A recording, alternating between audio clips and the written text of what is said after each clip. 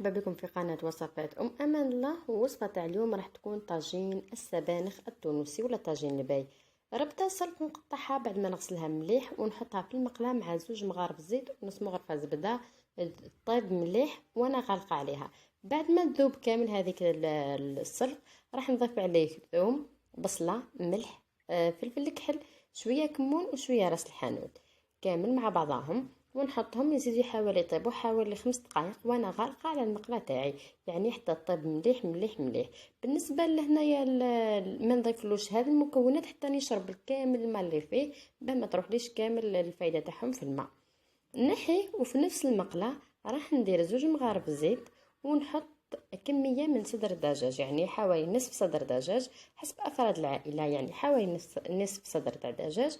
نقليه مليح يعني في الزيت بنفس المكونات اللي هي بصل، ثوم، انا ضفت له الفلفل الحار يعني كاضافه من عندي، نفس المكونات قلت بصل وثوم وفلفل كحل وكمون وكل شيء. بعد ما يطيبوا في زوج كل واحد نحطه في اناء خاص به ونضيف لهم البيض. انا البيض درت 2 بيضات في كل اناء، يعني الكميه كامله خذت لي 4 بيضات. يمكن انك تضافي اذا حابه تكون يعني كثر فيه البيض، ويمكن انك ديري نفس الكميه اللي انا استعملتها. نخلط مليح المكونات.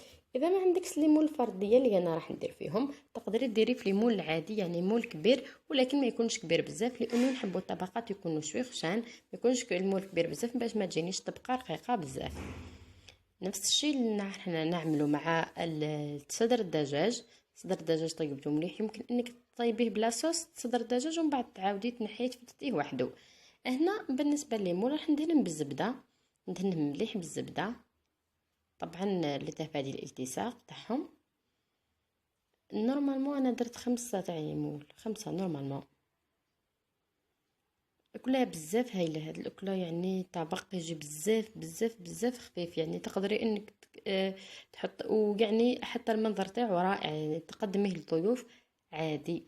نحط الطبقه الاولى من صدر الدجاج. بالنسبه للطبقه انا حبيت تكون طبقه سبانخ اكبر من طبقه يعني الدجاج، ولكن ما نعمرش مليح المول تاعي. انا في الاولى راني عمرته مليح وكي تعمروه مليح لهذه الاولى اللي عمرته فيها ما درت لهاش الجبن، لانه لو نعمره مليح مع الجبن راح يطلع والبيض يطلع، يعني عاده البيض يطلع مع الحراره راح تسيل لي كامل المكونات في الفرن. على بها انا خليت هذه الطبقه كما هيك ما ضفت لها حتى شيء. ندير الجبن الباقي الطبقات، يعني اللي المول اللي راكم تشوفوا فيهم راهم ناقصين يعني تعمار، راح ندير لهم الجبن. نحط الجبن، يعني تقدروا انكم ديروا طبقه تاع الجبن ما ديروهاش، يعني ديروا كميه قليله فقط من طبقه تاع الجبن، ما ديروش كميه كبيره. ندخلوا للفرن حتى ينشف حوالي ربع ساعه، يعني فقط راح ياخذ لك ربع ساعه. تقولوش النار باه ينشف مليح وما يجينيش البيض محترق. طبق رائع بصراحه، نتمنى يكون يعجبكم وتجربوه، وصفه رائعه جدا.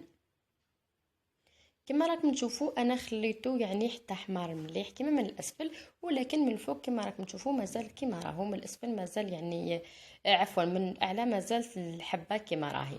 من الجهه هذه الحبه اللي انا نقسم فيها ما فيهاش الجبن، ما درت لهاش الجبن. هي الحبه الاولى ما كانش فيها الجبن، والحبه الاخرى راكم تشوفوا فيها الجبن، ما كانش فرق بيناتهم، راح تجي يعني منظر رائع. نتمنى تكون عجبتكم الوصفه تاع اليوم، وما تنساوش الى عجبتكم ما عليكم غير بجميع الفيديو متابعة القناة دائما، وما تنساوش مشاركة الوصفة مع الأصدقاء.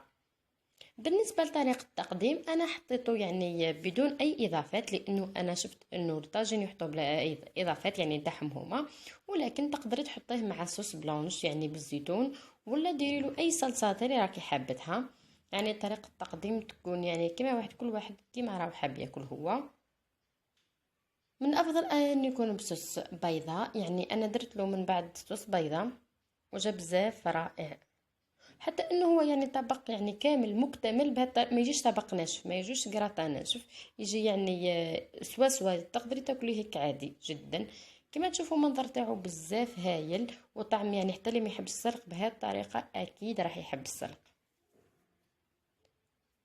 ما تنساوش مشاركة الوصفة، وما تنساوش الضغط الجرس لتصلكم كل الفيديوهات.